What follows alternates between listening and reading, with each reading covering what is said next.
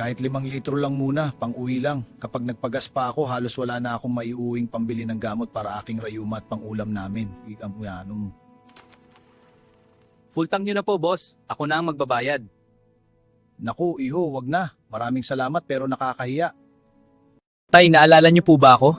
5 taon na ang nakakalipas, gabi ring maulan noon. Estudyante pa lang ako at nawala ang pitaka ko. Pinayagan niyo akong sumakay ng libre at binigyan niyo pa ako ng 20 pesos para may pamasaya ako sa tricycle pa uwi sa amin. Nakatapos na po ako, Tay. Sabi niyo noon, bayad-bayad na yan, iho, mag-aral ka lang mabuti. Nakatapos na po ako, engineer na ako ngayon.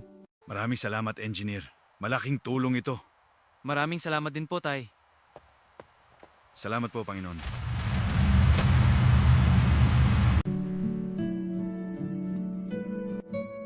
Hanggang sa muli.